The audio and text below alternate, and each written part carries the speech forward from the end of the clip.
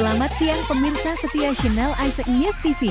Mari kita ikutin dari hasil liputan ProSN News TV dari narasumber Enlai Rosidin Ketua LSM Bina Pelangi Kota Pekalongan.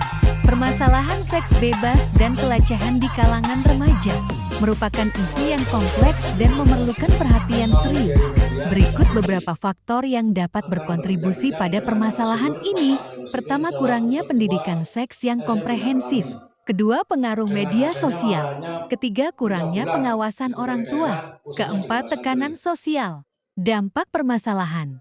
Pertama, kehamilan tidak diinginkan. Kedua, penyakit menular seksual. Ketiga, trauma emosional. Solusi. Pertama, pendidikan seks yang komprehensif. Kedua, pengawasan orang tua. Ketiga, dukungan sosial. Keempat, konsultasi dengan profesional. Reporter SN News TV, Arianto melaporkan. Apa yang terjadi di beberapa daerah, khususnya di kota dan kabupaten Pekalongan, bahwa akhirnya ini banyak tindak pidana pencabulan, khususnya pencabulan di bawah umur. Menurut kami, pertama ada beberapa faktor terjadinya tindak pidana pencabulan. Yang pertama, faktor modernisasi, yaitu banyak anak-anak di bawah umur yang menikmati HP ya.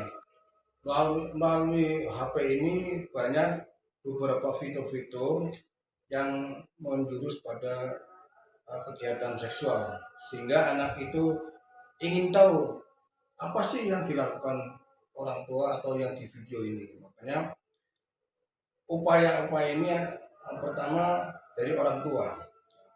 Orang tua itu harus mengawasi kegiatan anak, khususnya dalam penggunaan HP, karena di dalam HP itu banyak fitur seks ataupun banyak fitur-fitur yang menjurus pada asusila. Yang kedua, orang tua harus bisa memberikan pendidikan seks. Artinya gini, dipahami atau diberikan pemahaman apa itu seks, apa artinya hubungan seksual, sehingga anak itu tidak tabu. Karena dengan memberikan pendidikan seks, anak itu akan mengetahui akibat daripada perbuatan itu, sehingga mencegah itu lebih baik ketimbang mengobati. Nah, kasus yang terjadi di beberapa daerah, khususnya di Kota Pekalongan, akhirnya ini banyak di kalangan di masyarakat maupun di pondok-pondok pesantren. Ini karena apa? Karena tadi kita belum siap menerima modernisasi. Yang kedua, orang tua kurang pengawasan. Artinya apa? Tidak pernah orang tua menanyakan kemana anak itu bergaul, dengan siapa anak itu bergaul. Selanjutnya, apabila terjadi perbuatan atau tindakan baik pencabulan maupun berzina, ini kalau menurut kacamata hukum memang ada undang-undang yang melindungi anak-anak, itu kalau tidak salah undang-undang nomor 12 tahun undang-undang nomor 35 tahun 2004 tentang perlindungan anak. Nah, ini di sana ancaman hukumannya adalah maksimal 15 tahun. Itu apabila yang melakukan orang dewasa terhadap anak di bawah umur. Nah, ketika anak itu sudah diproses hukum, ini kami berharap pada APH, khususnya pihak kepolisian, untuk lebih bijaksana, karena bagaimanapun anak itu punya masa depan, sehingga perlu ada perlindungan. Minimal kalau bisa ada semacam pendidikan. Makanya kami berharap kepada APH untuk melakukan sosialisasi terhadap undang-undang perlindungan anak. Dari dinas kesehatan ada upaya sosialisasi bagaimana tentang seks itu. Karena bagaimanapun apabila terjadi pencabulan sampai perzinahan, itu yang rugi adalah anak-anak. Itu Pak, menurut saya. Jadi Pak, saya tertarik tadi Bapak Ali Rosidin mengatakan pendidikan seksual. Itu seperti apa Pak? Misalkan itu bisa diberi masukan dari pihak keluarga apa dari Jadi gini Pak, pendidikan seksual terhadap anak-anak sangat penting karena agar anak-anak itu tahu atau mengetahui bagaimana hubungan seksual itu dan akibatnya apa. Karena apa?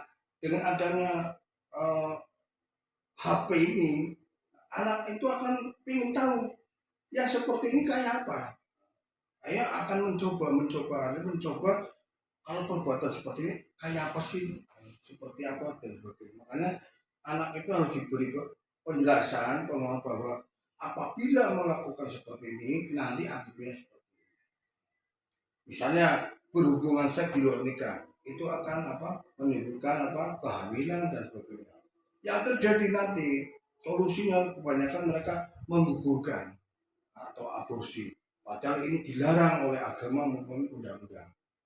Pak, selaku daripada Ketua LSM Bina Ulami yang menangani terkait perlindungan perempuan dan anak, ini langkah-langkah apakah yang kiranya dapat mengurangi, paling tidak mengurangi terjadinya kasus asusila seperti ini, Pak? Jadi kami berupaya akan melakukan kerjasama dengan pihak-pihak terkait, khususnya kepolisian dan dinas kesehatan, untuk bisa melakukan sosialisasi tentang bahaya seks bebas. Artinya apa? Kita akan melakukan sosialisasi di beberapa sekolah-sekolahan dari tingkat SD, SMP maupun SMK. Bahkan nanti masuk ke pondok pesantren. Karena sangat penting adanya pendidikan seks biar mereka itu memahami tahu apa itu seks. Seks itu bukan tabu. Karena apa? Mereka melakukan kan tidak.